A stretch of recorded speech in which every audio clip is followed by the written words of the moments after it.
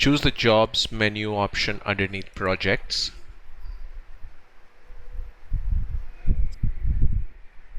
And navigate to the job that you want to add the scopes to.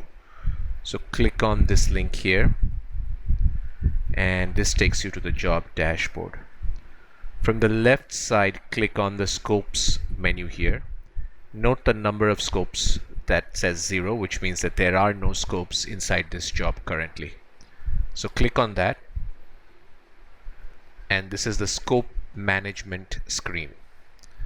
Towards the bottom of the screen, there's a button called Copy from WBS. Clicking on this will copy the WBS scopes that are there in the WBS template into this job. So click on that, and all the scopes got copied. Note that the scopes that get copied into this job depend on the nature of this job. So for instance, this particular job was of type civil. So because it's of the civil job nature, all the scopes, all the WBS scopes defined underneath the civil package got copied into this particular job. So this is the package, this is the parent scope group, this is the scope group, and below the scope group is the different scopes. So now these correspond to the different scope items that are there inside the WBS template for the civil package. These scope items are the activities or the work that needs to be executed. So each of these scope items have a schedule associated with them. By default, when they're copied over, the schedule is the current date that it was copied over into. Now, let's say we want to change the dates of any scope. So we'd click here and we'll change the dates. Let's say we want to start this on the 15th, and it will take 15 days. And we click on Save. So now this takes 15 days, and the date also changes down here. Now we can check that. Similarly, this particular scope, we can change. Let's say we'll start on the 20th, and this will take 7 days. And in this way, we can set up the schedule of work for this particular job. So for instance, this scope,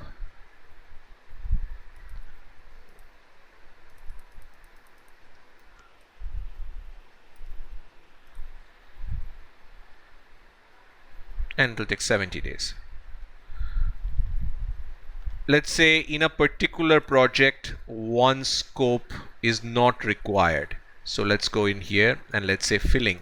So the filling in the second floor is not required. So let's just delete this, and it will be deleted. And we can delete this as well. Now we can delete at any level of this tree. Or staging is not required at all. So we'll just select staging, click on this, click on delete, and the entire staging thing will be deleted. We can continue this approach until we get the tree or the activity scopes that are required. So for instance, let's say for block work, basement, let's say this is 20 days, and this will begin on 17th November. Let's say superstructure for LGL floor will begin in 7th November and will take 31 days. Let's say this will begin on 7th October and this will take 31 days.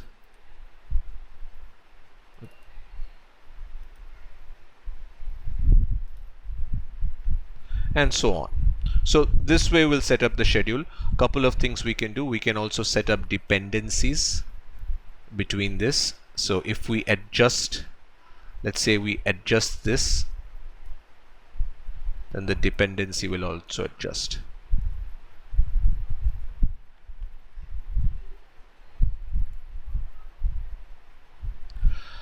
Now each of these scope items represent the specific activity that needs to be done in order to execute this job.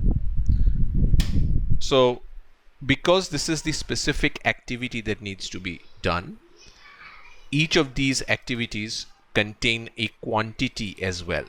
Now the quantity is typically derived from the takeoff to be performed for this particular project.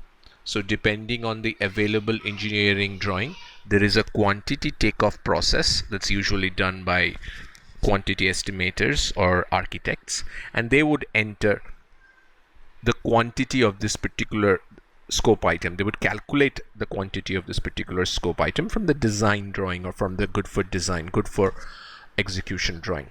So let's say here in this particular case the quantity is 4,000 cubic meters.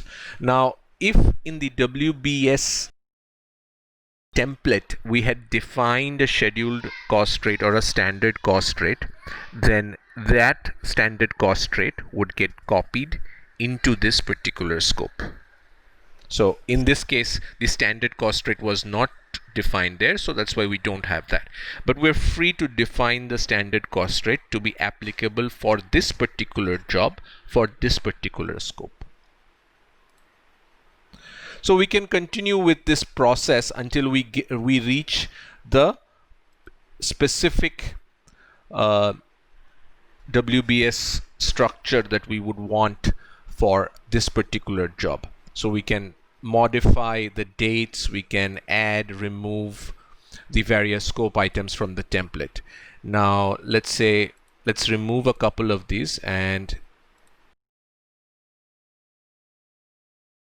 so in this particular case the scenario is that there are multiple structures in this job and we want to execute this schedule of activities for multiple structures. So all we do is we'll take this and copy over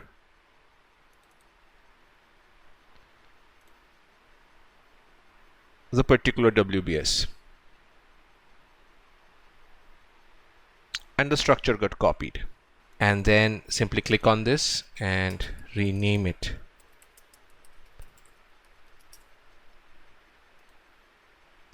And you would rename this as